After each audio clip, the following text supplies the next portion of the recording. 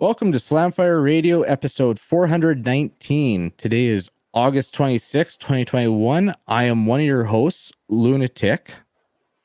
And I'm the one and only other, Mo. Yeah, so this is New Guy Takeover. Mo and I had a conversation and we just decided, you know what, screw the other guys. They're out. We're just taking over this show now. So New blood. Yeah. We'll get into what we did with guns. And what we did with guns is sponsored by the Calgary Shooting Center, Canada's premier firearm retailer. And we're off to a bad start because we took over the show and we don't have something to highlight from the Calgary Shooting Center. I'm sure they have a ton of deals on, so just go check out their website, see what they got going. They got tons of stuff flowing through there all the time. Yeah, and it's a great website too. So yeah, pretty easy to navigate. Mm-hmm.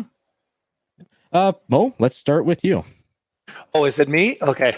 So I did 2 IPSC matches this weekend. The first one was at both in Ontario, both kind of near Ottawa. First one was the Grenville Fish and Game Club. And now keep in mind, I've only been to, I think I counted 15 or 16 different ranges between Ontario and Quebec.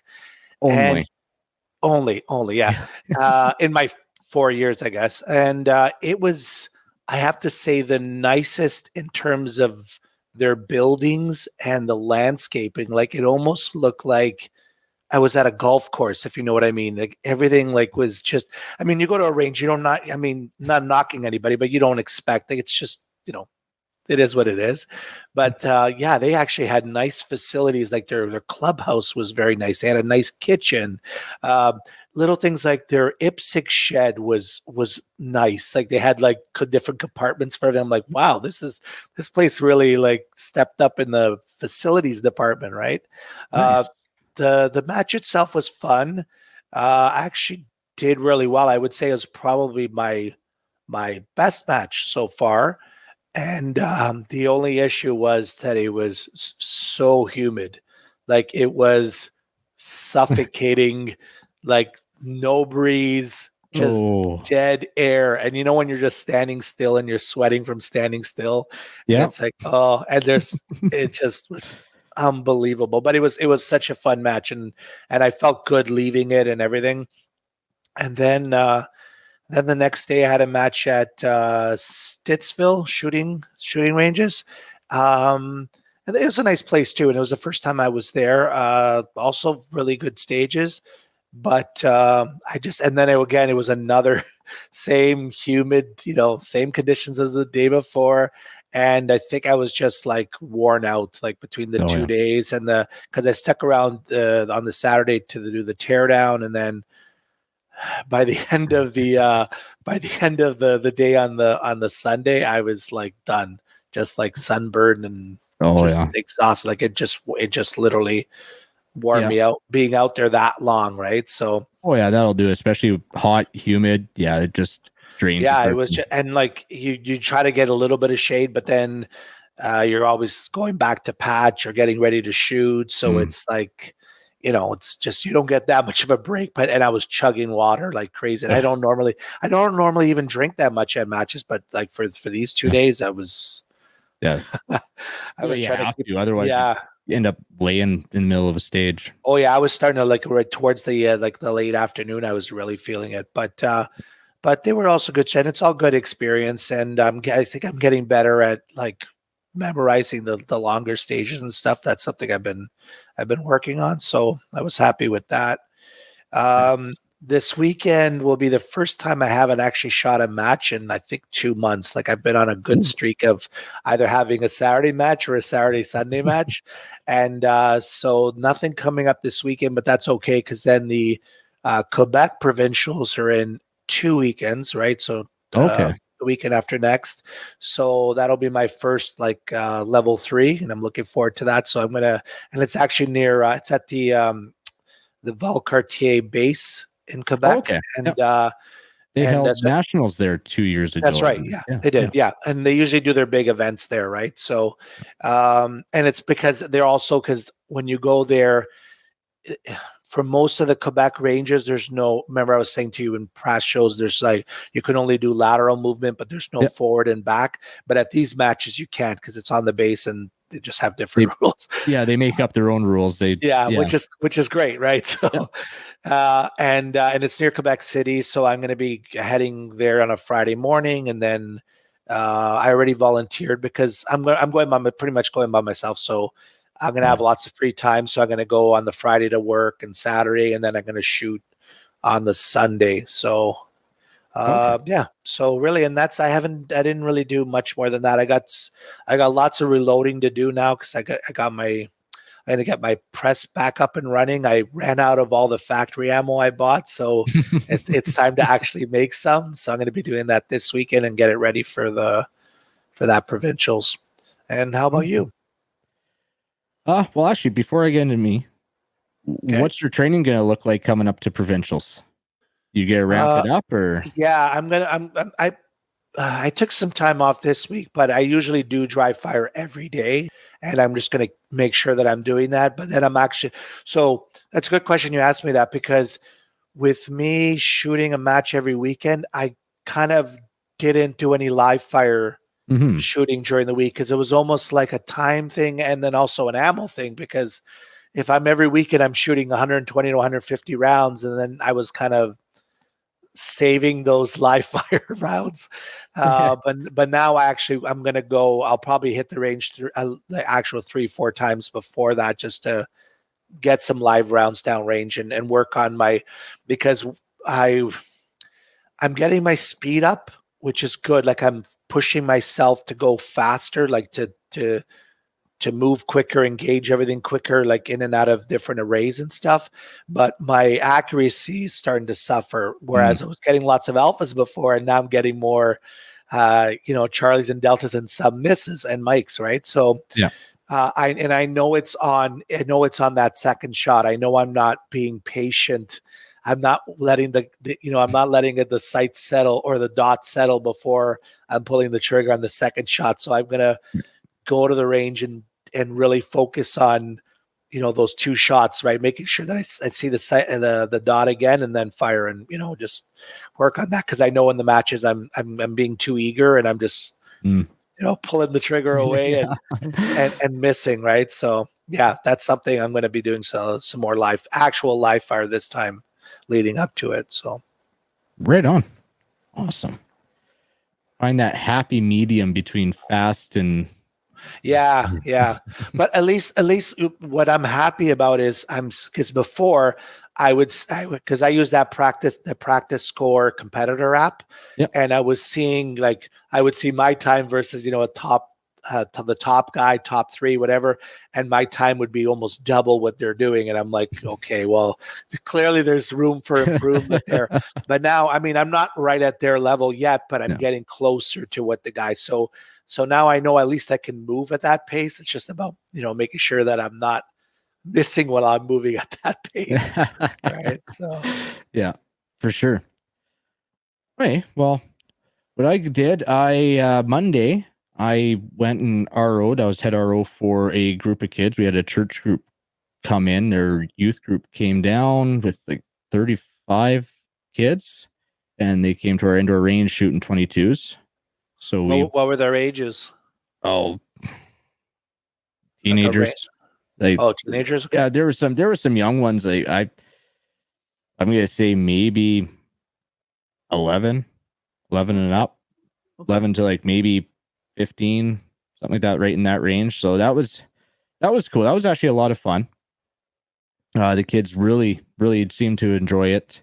They even had their own little competition going on. So after the start, where there were some kids that never shot whatsoever, so you're trying to, okay, this is how you look through a sight. I ended up with the iron sight, which that was a challenge, trying to get an 11-year-old kid to figure out, okay, grip the gun like this, put your cheek on the butt stock, and this is what you should be seeing for your sight. That was a little bit of a challenge, but they all got it after their first or second time through. They got it, and then they started doing their own competition. So then it got fun because, okay, well, you guys are doing this competition. Okay, cool. Why don't you try bracing? Because we're on the indoor range with a bench that's sitting there. So, okay, we'll try this, try this stance, it'll stable you up and that. And so yeah, it was a lot of fun. And yeah, the kids had a lot of fun doing it. Besides that, the usual range stuff down there, doing more figuring for our upgrades for our rifle ranges and continue construction on those.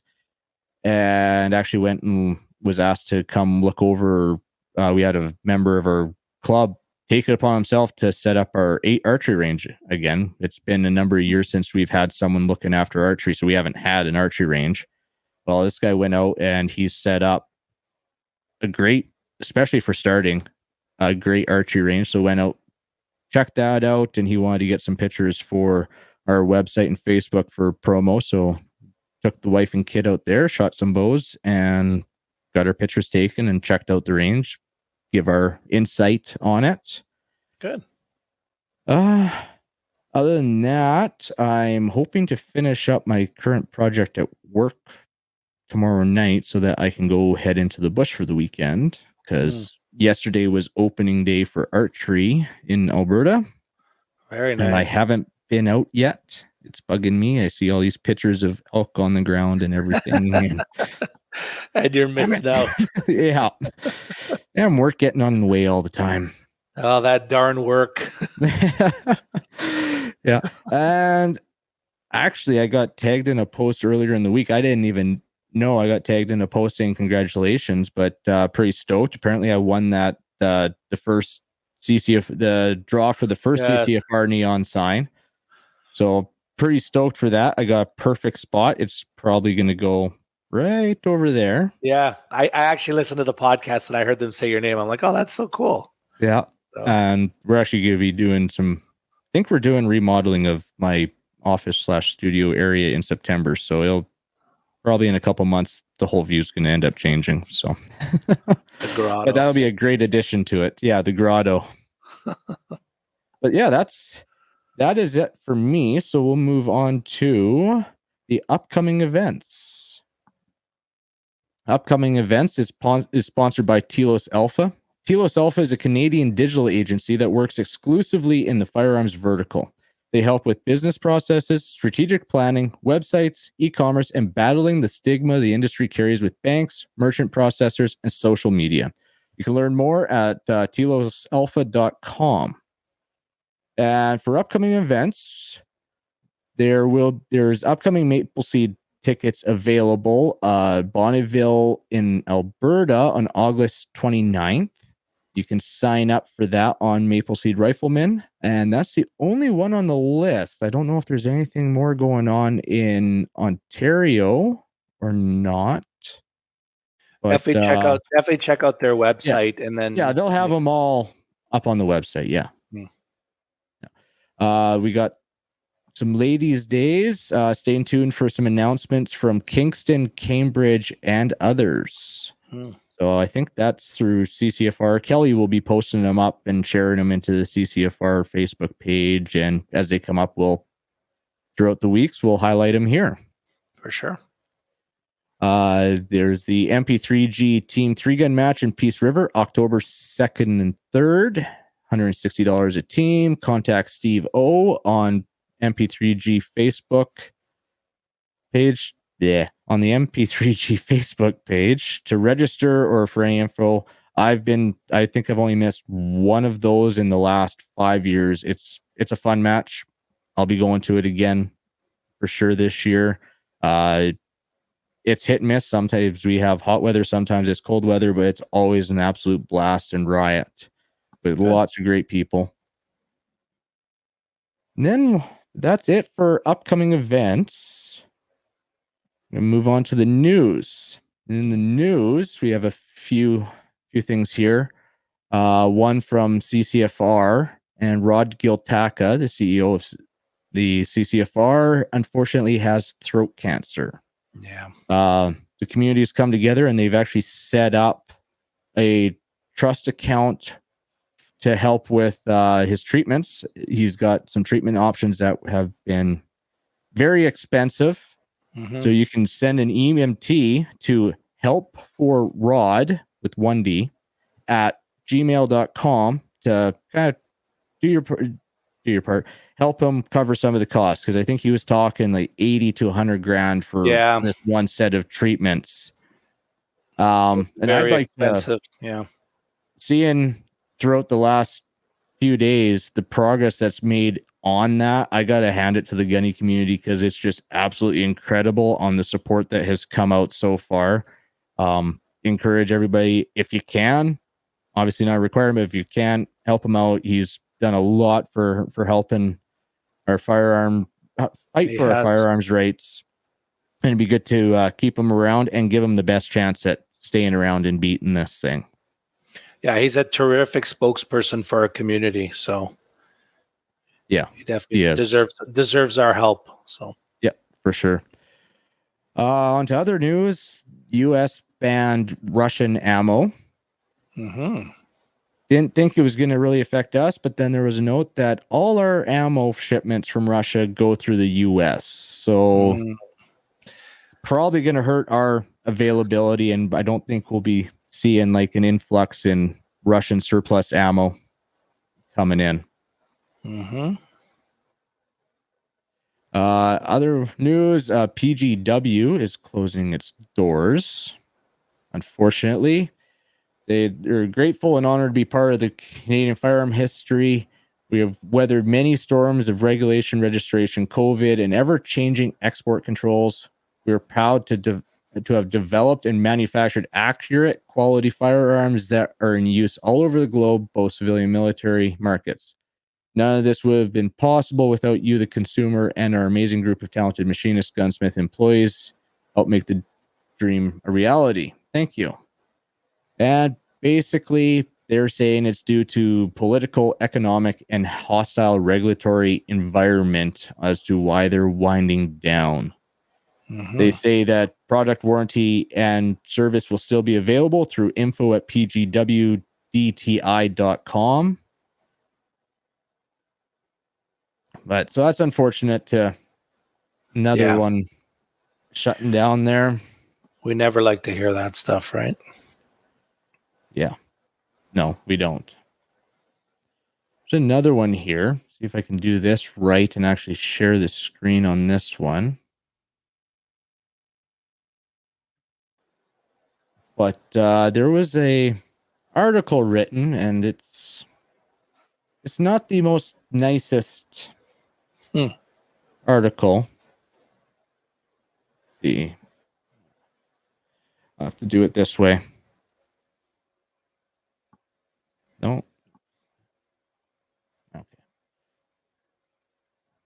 Sorry for the delay. I'll just do that. So, article was made back in the holster sport shooting 3-gun and the ban on assault style rifles, and you can go look it up. It's definitely a scathing article, basically trying to still promote that 3-gun is in fact training for urban assault stuff. Oh, is that right? Yeah, it's a long article, and I go check it out, let them know how wrong they are, and yeah, it's nonsense. It is. It's nonsense. It's video games trained for future killers, heavy metal incursions, Satanism. It's just it's garbage.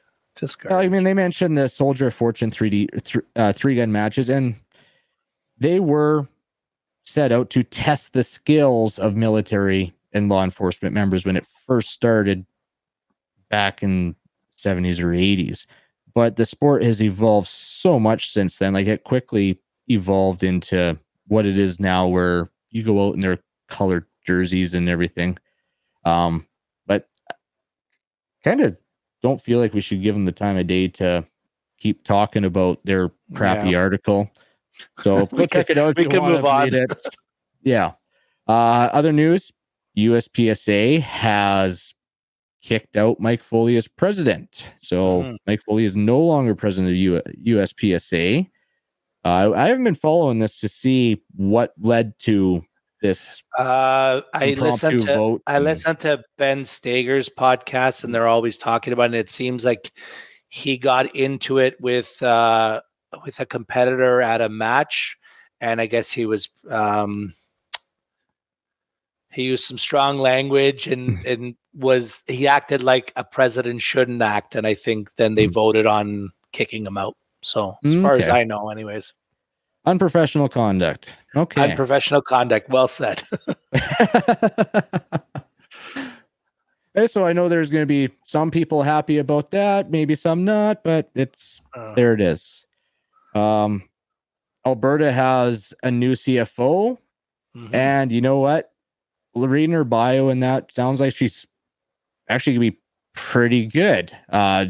Terry Bryant, she was a professor at the University of Calgary, and I guess on her profile from the University of Calgary, in her spare time, she enjoys cats, cycling, and researching Japanese military history. So I know. Interesting. Yeah. And when they announced it, they said that she is an avid firearms collector. She's president of the Military Arms Society or something down in Calgary.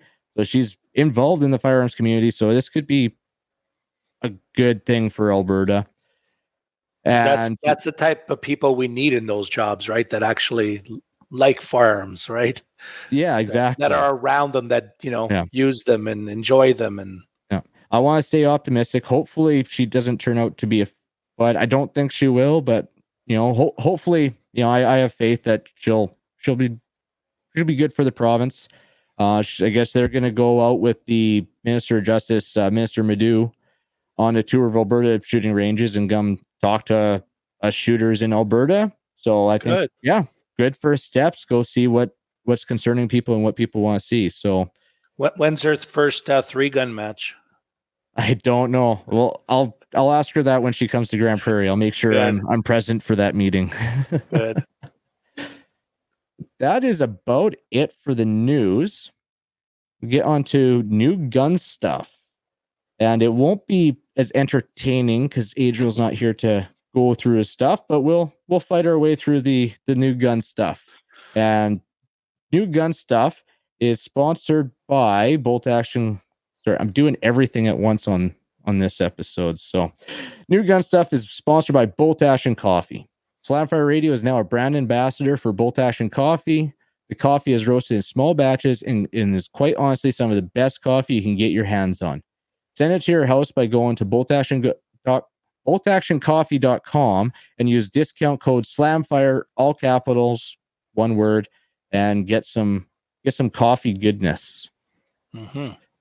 And in new gun stuff, and we can't have it, but Matador Arms Montgo 9 blowback 9mm upper with no buffer. So we'll see what we can do here.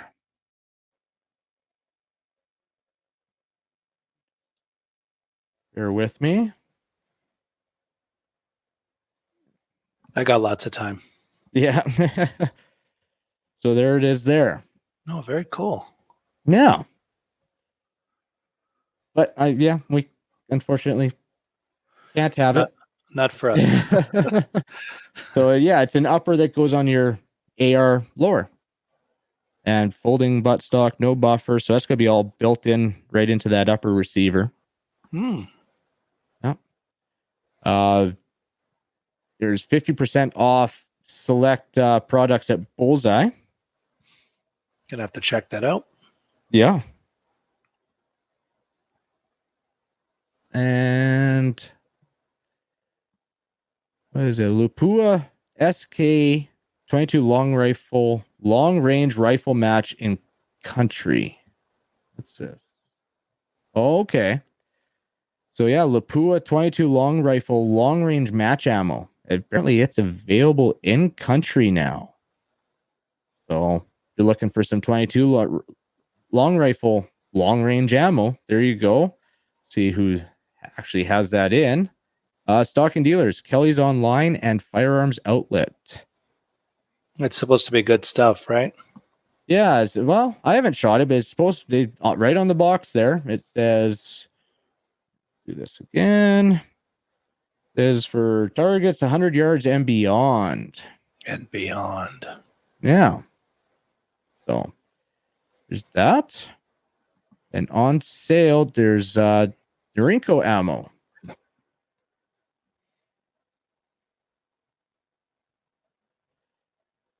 At Bullseye North.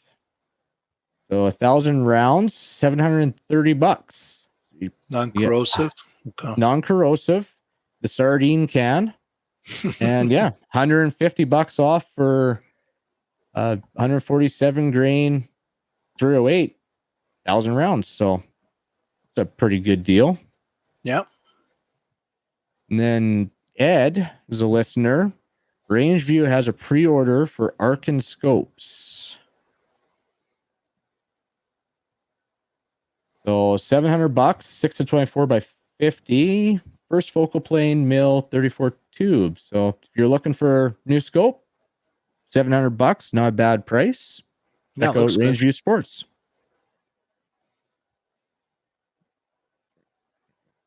Wrong button. And that's it for new gun stuff. Move on to the main topic. And for our main topic, we have Amanda Fisher from right here in Alberta to come on and talk about IPSC and women in shooting. And tonight we have Amanda Fisher, an IPSC shooter right out here in Alberta. So welcome, Amanda. Thanks. To start off with, why don't you give the listeners and viewers a little bit of a lowdown on how you got into shooting, your experience in shooting, and what you're doing now, kind of thing. So I got into shooting just by going to the range like everybody else and just trying a few firearms. I had shot rifle a couple of times, but I didn't really, I wasn't really into it so much. And then I started shooting pistols with a friend of mine.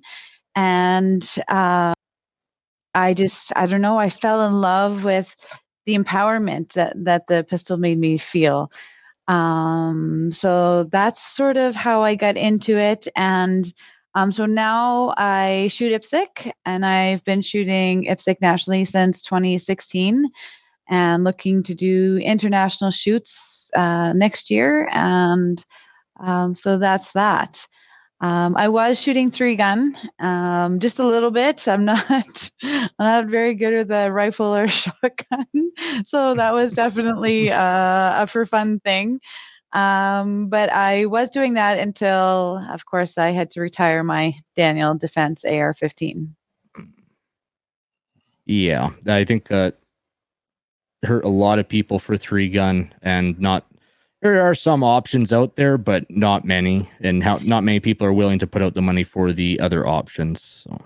Yeah, there's not a whole lot of for fun options. Like an AR-15, that platform is a really fun platform. It's easy to shoot. It's gentle. It's a lovely platform. So I don't want to pick up a 22 rifle and go shooting P division or whatever that is called. And that's just not for me. I'm a AR-15 gal all the way. Yeah.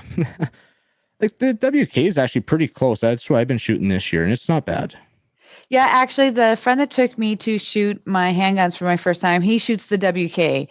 And so I could use his gun. We could do that, but then I'd have to share, or I'd have to buy my own. That's really is what it would come down to, is adding another one to the collection. Oh, shocks, eh? Yeah. Not another one. Jeez. Yeah. Okay, great. So how long have you been shooting IPSC now?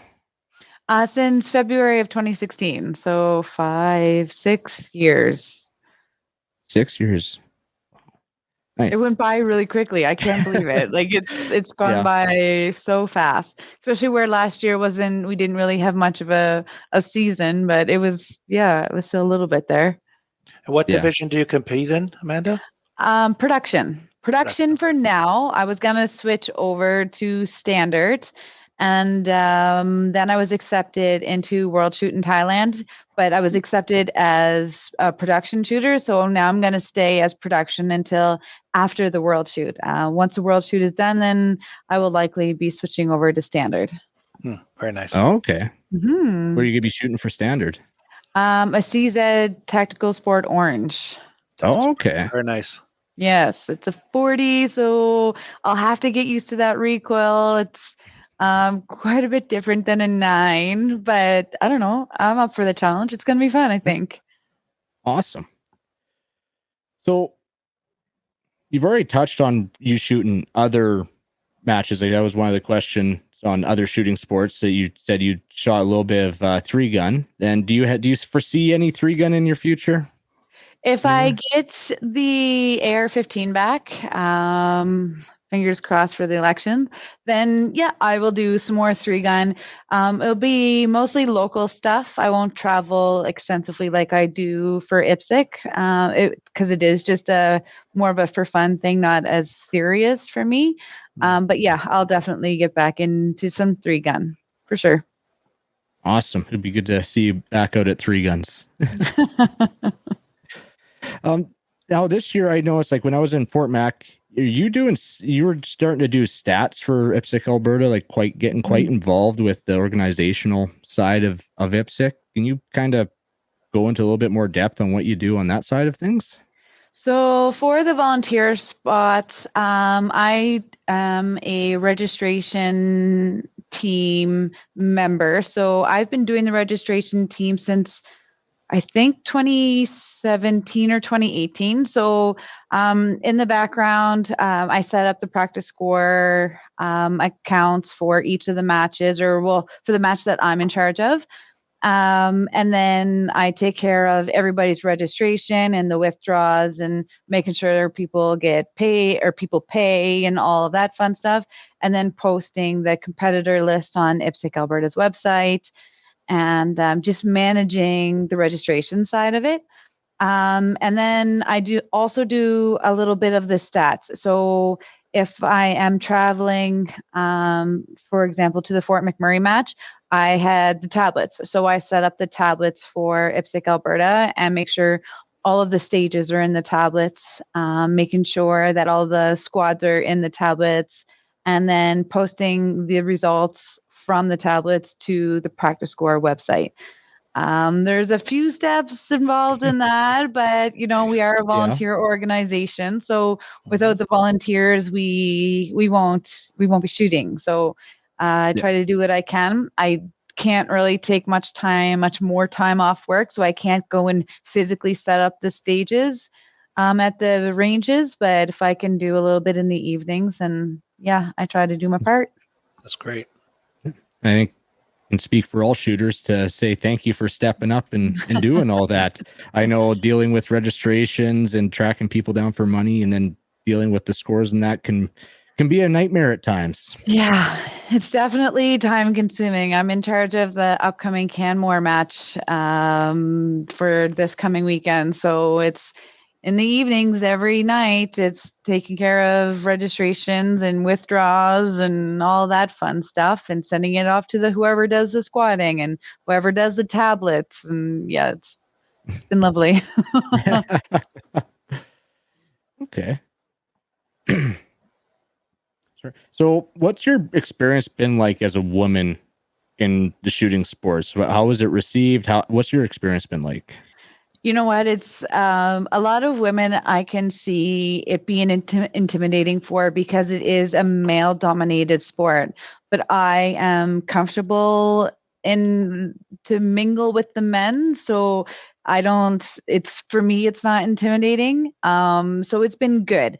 As a female, I do feel that I get more assistance than maybe a man will get. Like, oh, maybe you should shoot it this way, or maybe you should hold your gun that way. Kind of like the juniors, right? The juniors, they get more assistance than a man would get. And it's maybe unfair to say, but I think it is true. Like, men will help women easier or more frequently. So it's a welcoming sport, whether you're a man or a woman or a child. Everybody is so welcoming. So it's really easy. Well, I had a question. Like you mentioned the help. So has anyone tried to? How much do you have to deal with mansplaining? You know what? It's not actually so bad. I've been in it for a little while now, so quite often it's me explaining to a man, which That's great. That's That's great. awesome. Yeah. which is, yeah, it's good because men are not intimidated by me. I have a lot of men come up to me like, "Hey, you're really good at shooting this. How did you shoot this stage, or how did you shoot that stage?" Mm. So it's great that men can come up to me and ask the questions. But I'm always open to somebody else telling me like, "Oh, maybe you should have done it this way," or "I've seen that you did this," or "your entry or your exits," or "you're letting go of your grip a little too soon," or like it's it's great. It's a great community, and everybody's open to giving feedback and getting feedback. It's not bad. Oh, that's great. I know there will be Good. always those bad apples that don't tell me anything or whatever. Yeah, But there is, and I just ignore them. Yeah. Yeah. Whatever. that's all you can do. Yeah. Absolutely. In regards to other women, where do you see, and are you seeing what I'm seeing, where there's more women, or do you see anything like that going on? What do you mean there's more women? So like there is a lot of women in the sport, and there is beginning to be more women to come into the sport, which is great. And I think as women, we need to encourage each other. We need to not be intimidated by each other. Like we are all out there to help each other. Mhm. And I think that for the most part, all the women will be welcoming to other women. And there is an up and coming shooter that I am keeping my eye on, and she's great. She's great to be around. Her name's Laura. So she's great to be around. She's great at giving feedback to. She's totally engaged. She's totally not intimidated by men either, or by women. Like she's just, most of the women are like-minded in the sport. So it's great. Good. Mm-hmm. What do you think might actually be holding some women back from going in? Like we're seeing especially in IPSC, more women coming in. I'm actually even seeing it on the 3-gun side that there are more women getting in. But what do you think is like some of the major things that's holding women back from getting into the shooting sports, and how can we battle that, alleviate any of those concerns, encourage more women to get into shooting? I think what holds women back is, to be honest, is the fear of firearms or the inexperience behind firearms. So for me, handguns to me were super intimidating until I actually got out and went to shoot it. So how do we get women past that? We have more ladies' days. We take our friends out and our friends' wives out, and we're like, okay, let's go out and shoot. Let's go out and have this experience. So that way, it's less intimidating. So I think women are just intimidated by a firearm, or by men maybe, or by other women maybe. So they don't want to go out and do it. So in order to bypass that, I guess we need to take them out. We need to give them that experience. We need to give them an opportunity to do that. So whether it's the CCFR Ladies Day, so I do participate in that at our local range here. So those Ladies Days, and just taking our friends out, our family out. Good. Nice. So how often, like, you're Drayton Valley, right? I am. How many lady days? Like, how often are you guys running ladies days? So I actually do it at the Chaz range, and we do it every year. So this year I did miss this year. We had a shoot on the same weekend. So unfortunately I missed the ladies' day. It was the 3rd annual. But it is annually. Chaz does a ladies' day. Okay. And does that event fill up? That you're seeing lots of ladies out checking those ones out? Yeah, we usually have, I think, between 60 and 70 ladies Oh, that come great. out. Nice. It is so great. And I love to share my knowledge, and to share my knowledge with that many women. It's it's a feel good feeling, right? And you let them pick, like if they're super intimidated by a pistol. So I do the pistol training. So if they're super intimidating, start them off with the 22. Don't give 22, them yep. the 9, right? The 9 has a little bit of recoil. Or if you're going to give them a 9, make sure it's a steel frame 9. It's a heavier gun, but it manages that recoil a little bit better than a polymer 9 would. So it's about knowing your audience and knowing their comfort level and how nervous they are. And yeah. You see in many of the ladies that come out for those events, start seeing them in the competitions as well. You see that trickle over? I don't see that trickle over, unfortunately. But it depends on what the ladies are into. Like, are they into the pistol shooting, or are they more into the rifle shooting, or are they more into the shotgun shooting? And then, like, do they want to do it competitively, or do they just want to get their firearms license and do it for fun? So I have had some people send me messages like, "You're so inspiring. I want to get my license. How do I go and get my license?" So then you give them the contacts, right? And so there has been some inquiries a lot like that, but I haven't seen anybody jump right into IPSC from those events. What do you think that is? Is it just they feel like that's competition, so they're not really into like competing? They think they're can't compete, or what do you think the reasoning behind that is? I just don't think they know how to get into it. So for me, IPSC I didn't even know what IPSC was. So how I got into it was I shot my first pistol. Then I went out to buy my first pistol. And in order to buy one, I wanted to be more comfortable. So I went to the range and I rented a bunch of guns. I went to Edmonton and I rented 9 guns just to see what type of gun that I wanted to buy. Right? It's like, what am I going to do? Let's go rent a bunch. And I went in going to buy a SIG, a polymer frame SIG, and I left with a steel frame CZ. And then I still wanted more experience. So I took my black badge course, but I took the black badge course just to get that extra little bit of experience, not to start shooting IPSC. I still had no idea what IPSC was.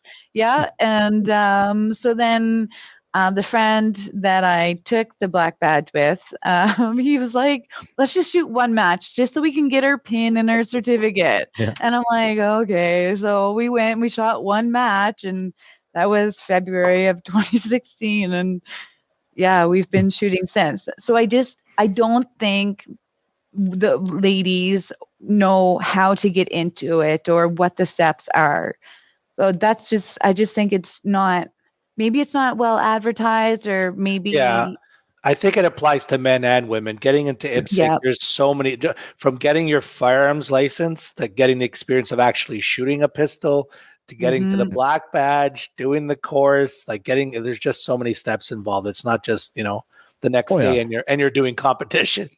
Right. Yeah, there's a lot of doors to go through for sure. Yeah, there is. Yep. And it's a process. So if you're starting from no firearms license, well, it's booking your firearms license course, and then it's applying for your firearms license, and the many months it is to wait and to get that, and then it's buying your pistol, and then it's getting your registration certificate, and then it's getting that home. And it's process after process after process. Actually, joining a range can be a chore sometimes too. And expensive. Yeah, it could be $600 in Edmonton and Calgary, whereas my local range is not $600. So it's can you afford it? Can you afford the gun? Can you afford the gear? Can you afford the ammo? I'm super lucky that I'm sponsored, so I don't have to pay for a lot of that stuff. So and even locally, there's lots of travel too. Like if you're going to matches, a couple hours here, a couple hours there, 4 hours here, 5 hours there. Yeah, so adds to it. Right. My closest range is Chaz, and we do one match a year there now. And then the rest of them, I'm traveling 4, 5, 6, 7 hours just to get to any of the ranges that I compete at. It's a Yeah. big commitment for time, is. money. Yeah, money. Yeah. So I guess that opens up a couple questions. How do we get more ranges, especially in northern Alberta, to bring in sports like IPSC and Mm. 3-gun, so that we don't? Because I deal with the same thing, even longer travel coming from Grand Prairie, just to hit a match. So how do we get more ranges on board with hosting matches? Sometimes it's the facility itself. So my local range, we have 2 bays. We have a rifle bay and a pistol bay. So then we can't have a match with a range that only has 2 bays. So then it is, they need to get like an organization together within their range to build more bays. So do they have the money for it? Do they have the resources for it? And then they need to have resources like walls, target stands. Like each range needs to have all of those items. Like IPSC Alberta doesn't travel with a van full of walls and stuff, right? So all of the Poppers and plates. right? I thought that would be awesome. Just load up a trailer and start Yeah. traveling around setting up Yeah. matches. That would be. I thought about that. So that would be great, right? So it's resources, it's the size of bays, and then those ranges need to have a consensus within their body that's like, yeah, we're going to give up so many days or so many weekends a year to a body like IPSC, and so now their members can't go out and shoot on those days. So then their members don't get to have use of the range. So then maybe the membership doesn't want to have that. So there's a lot of factors in having more ranges get on board. But like Kyle, from myself to you, I think there's like Edson, which is not even on my way to you, and On the way to from me like, to you, yeah, from Drayton to Grand Prairie. You're in Grand Prairie, right? So what Whitecourt? Does Whitecourt have a range? Well, they have a range, and I haven't been there, but I know Tuna did a course there not too long ago, actually. But I haven't actually driven into the range. Like, it's literally right off the Piers Highway. Valley View has a range, not a facility set up to host IPSC matches. Hinton, actually, I want Hinton to start hosting some stuff, and like that's 3.5 hour drive for me. It'd be a couple hours for you. 3.5 hours for me, yeah. Yeah. Well, 3 hours probably. Oh, we lost Mo, but he'll be back. But yeah, like Hinton, they have a great facility, and they could definitely. And I heard rumors that they were looking at setting something up, but I haven't heard anything more. I've even gone on their page like, hey, you guys have something there. I know people that will travel to your range to shoot a range there. I would travel. Yeah, Hinton. Oh man. A little venture down through the mountains on people's way home. When I go to shoot in Canmore, I come up through Banff and Saskatchewan River Crossing because it's beautiful. So hey, why not? Much nicer than the other route. Yeah.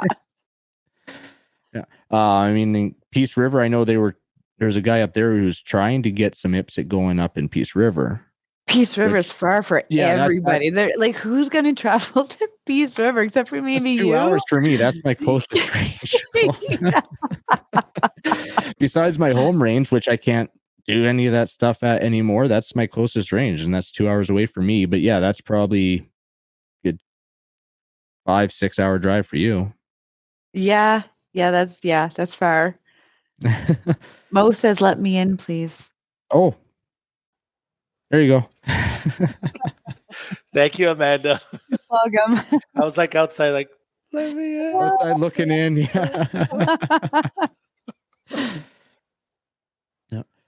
Okay, so I guess my other question, because I said there was 2 questions, and it has to do with that comment about not wanting competition. How do we promote IPSC and actually let people know you can come shoot IPSC to have fun? You don't have to actually compete. Like, yeah, there's on a timer and that, but you're doing stuff that you normally don't get to do at a range. How do we portray that you don't have to compete against everyone else? You can just go shoot yourself.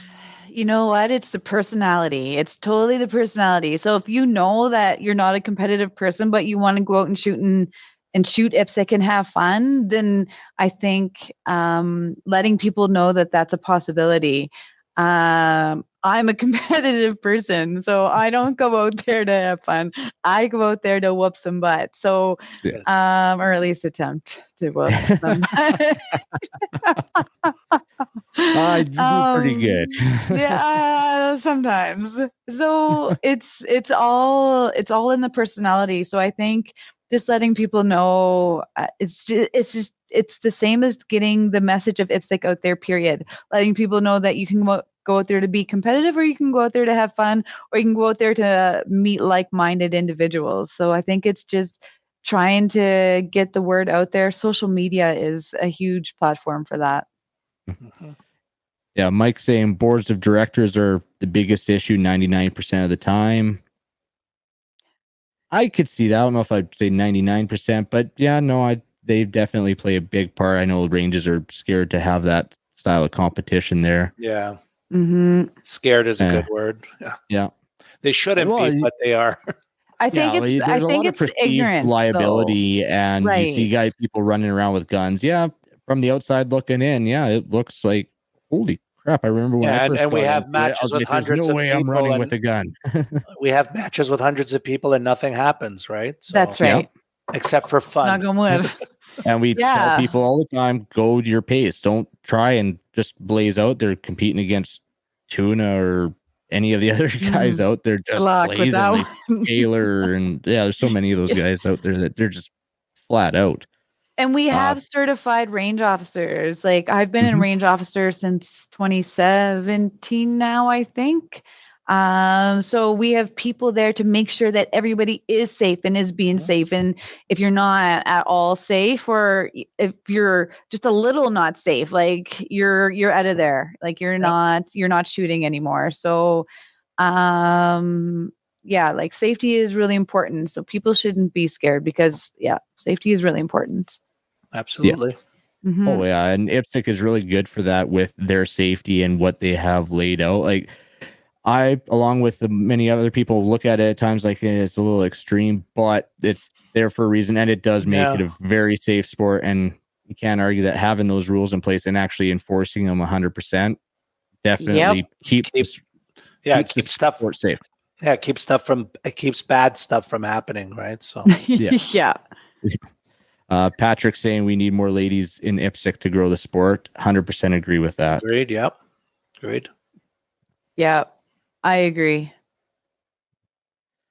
Well, I wanted to ask you about your training, live fire, dry fire, like how much you do. Does it, you mentioned about the world shoot next year. So when would you start like really getting serious about it? So when I was announced to be going to World Shoot, I started dry firing every single day. So that was January, I think. So I was dry firing every single day. So then I started getting blisters on my hand. So then I had to stop for a few days to let my blisters heal. And then, as soon as you get into a routine and then you get out of that routine, it's like, oh, I forgot to get back into that routine. Yeah. So my dry fire is lacking right now, but I will be getting back into it when the winter months come and I am too scared to go outside in the cold. So right now I am only live fire training once a week. And I'll have my provincial championships next week. So I will be live fire training every day up until provincials. So it's lots and lots and lots of training. How many rounds a day? So you're gonna be live fire training up until next weekend. How many rounds a day? So I think last night I went through about 200, and then I will be up to about 500 rounds a day. So what does that live fire? Because you're 200 rounds a day, so that's a very dedicated, very disciplined, not just throwing rounds down. What's your live fire looking like?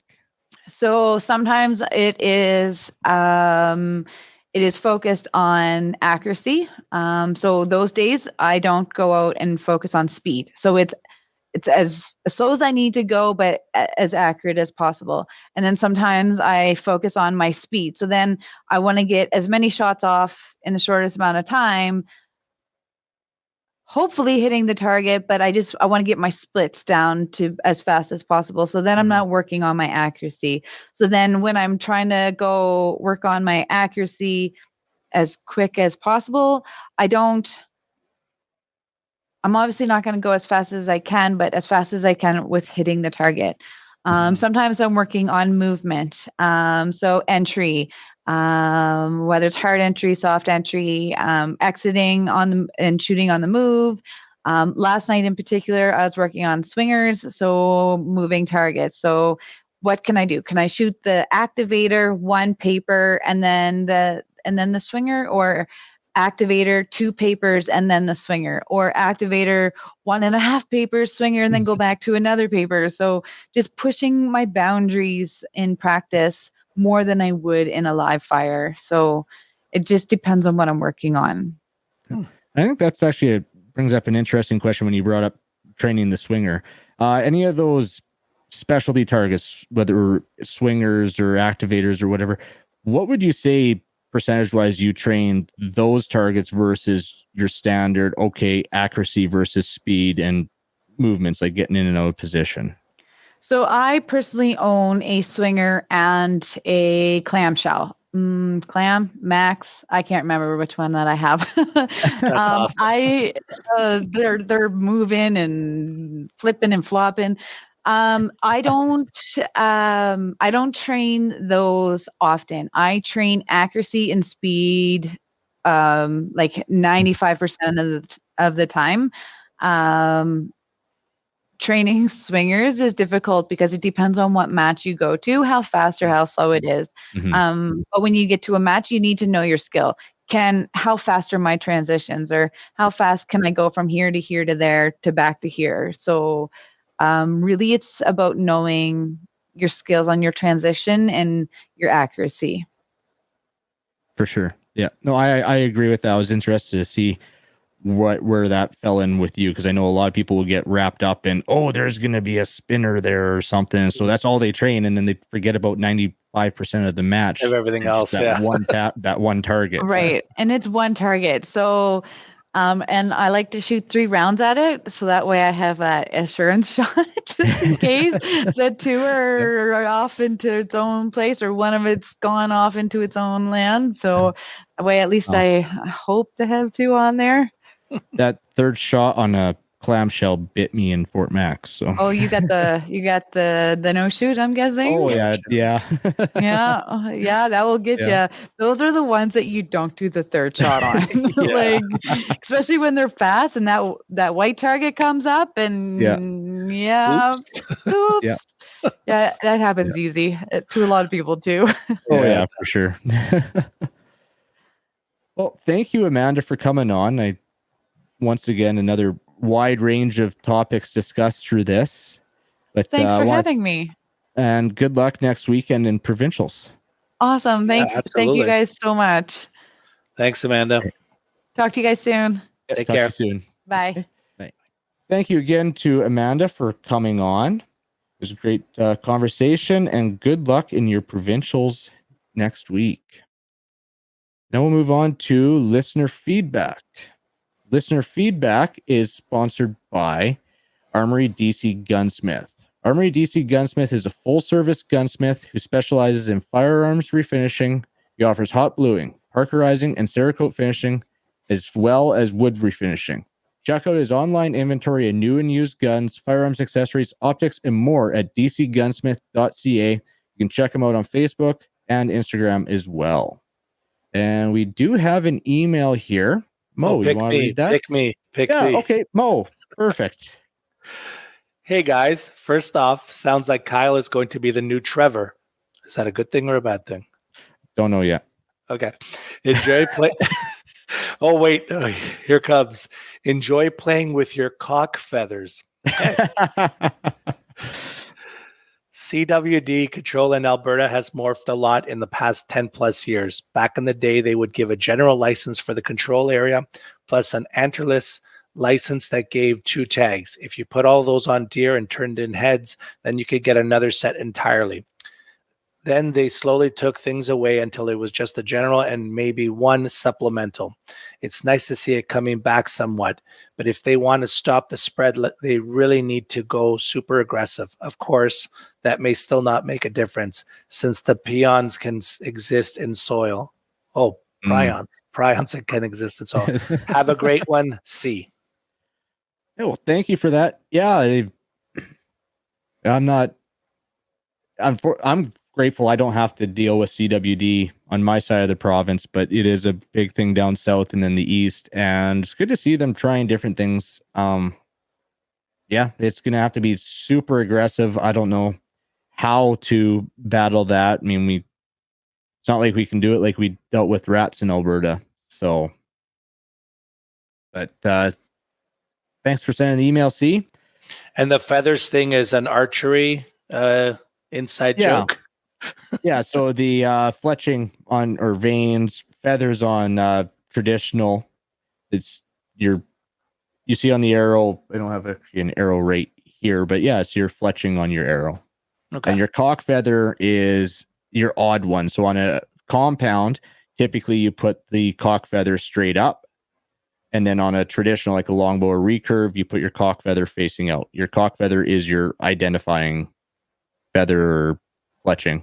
So. All right. Yeah. Facebook, we've been kind of going through. William says, awesome new CFO. Mm-hmm. And then Doug, I think he was commenting on that Matador Arms 9mm blowback upper. Great for listeners down south of the border. Absolutely. And who knows, maybe it might be great for us in a month's time. We'll have to see. We don't have any reviews from Patreon, Instagram, or Facebook. But if you'd like to email this show, send the show an email at slamfireradio@gmail.com, and we will read it live on the episode. We will. No new Patreon supporters. If you do want to support us through Patreon, go to Patreon and find us at Slamfire Radio. And if you are a supporter but you haven't received your patches, send the show an email with your address saying, hey, haven't got the stuff yet. And that's if you haven't received it in a month. Don't become a Patreon and then immediately like, where's my stuff? Take some time. It might take a little bit longer now because Adriel and his children help. How does he phrase that? are busy trying to pack up a house for a potential move. So his staff is busy. So yes, his staff is busy. Yeah. Shout outs. Mo, do you have any shout outs? Actually, this week I do not. Okay. I have a couple. I'd like to shout out Eldon, Marilyn, Tammy, Dawn, and Glenn for helping RO with the kids on Monday. Definitely couldn't have done it without the ROs there. And also for Glenn for all the work he's done around the range, both in setting up the archery range, and he's been painting and freshening up our indoor range. Just they're every day doing something, always looking for something to do. So thank you, Glenn. But with that, we're going to sign off. So go check us out on Gun Owners of Canada. Give us a like on Facebook. And a couple weeks ago, we were at 2,505. Don't know where we're at today. Probably about the same. Give us a review on Facebook. Join the CCFR. And we'll see you next week. Night. Night.